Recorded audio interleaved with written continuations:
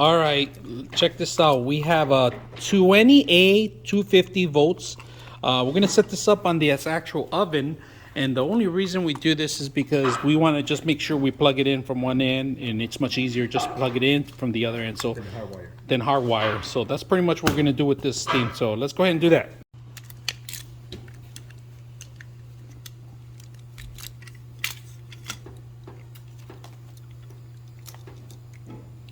The green one goes to the green. To the brown? To the brown.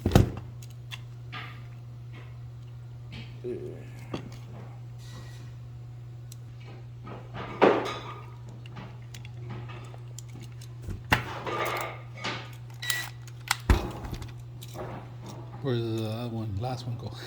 Not just kidding.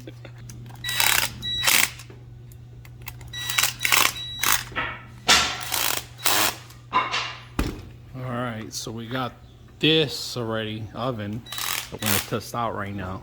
But we wanted to make sure that we have the 250 amp, 20 amps, 20A, 250 amps. There you guys go. 250 volts, 20A, 250 volts already. So we tied it up this part. Oh, you forgot to tie this part. Oh, your Allen wrench, huh? There's the driver to tie it up with us.